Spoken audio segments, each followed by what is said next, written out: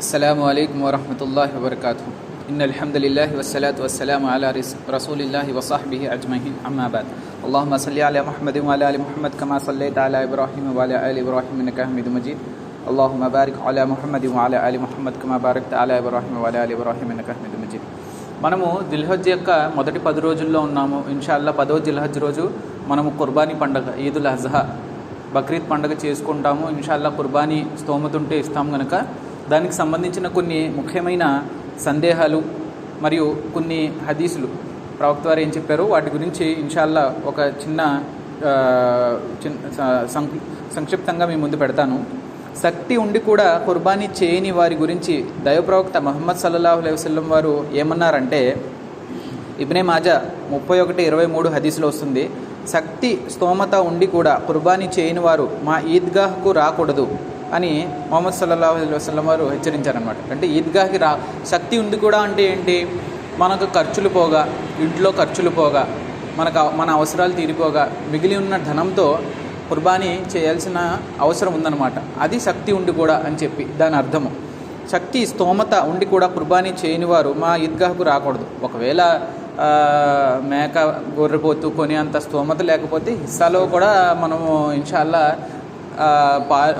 పాల్గొని, అదేంటి కుర్బానీ యొక్క ఉద్దేశం ఏంటి, పేదవారికి కూడా ఆ రోజు పండగ జరుపుకోవాలి, వాళ్ళకి కూడా అందరిలాగా వాళ్ళు కూడా మాంసాన్ని వాళ్ళు స్వీకరించాలి అని చెప్పి కుర్బానీ యొక్క ఉద్దేశం.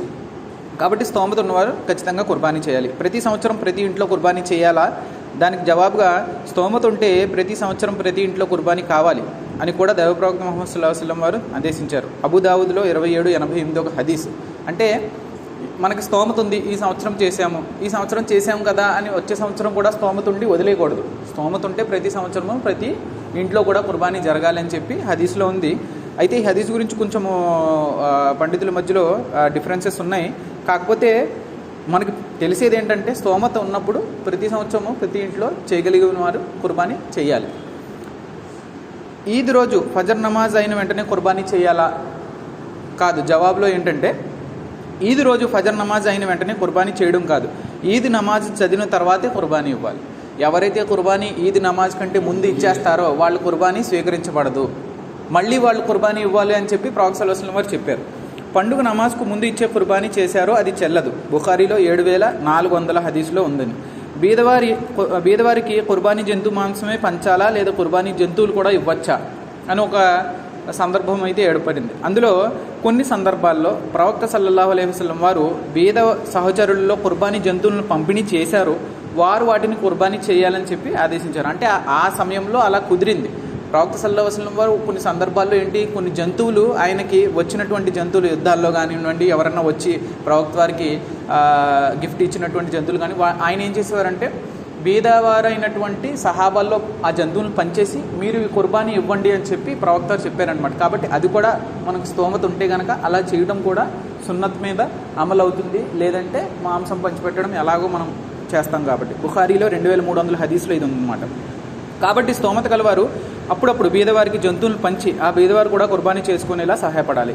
ప్రయాణంలో ఉన్నప్పుడు కుర్బానీ చేయాలా అనే ప్రశ్నకి, ప్రయాణంలో ఉన్నప్పుడు కుర్బానీ చేయాలా అంటే దైవ ప్రవక్త ముహమ్మద్ సల్లల్లాహు అలైహి వసల్లం వారు ప్రయాణంలో ఉన్నప్పుడు కూడా కుర్బానీ వదిలేవారు కాదంట. ప్రయాణాల్లో ఉన్నప్పుడు కూడా ఇబ్నే మాజా 31:31 హదీస్లో మనకు తెలుస్తుంది. దీన్ని బట్టి కుర్బానీ యొక్క ఆవశ్యకత తెలుస్తుంది. కాబట్టి స్తోమత గలవారు ఎవరు కూడా కుర్బానీ చేయడంలో వెనకడుగు వేయకండి. అల్లాహ్ మనందరికీ కుర్బానీ ఆరాధనలు స్వీకరించి ఇహపర లోకాల్లో సాఫల్యం ప్రసాదించుగాక. ఆమీన్.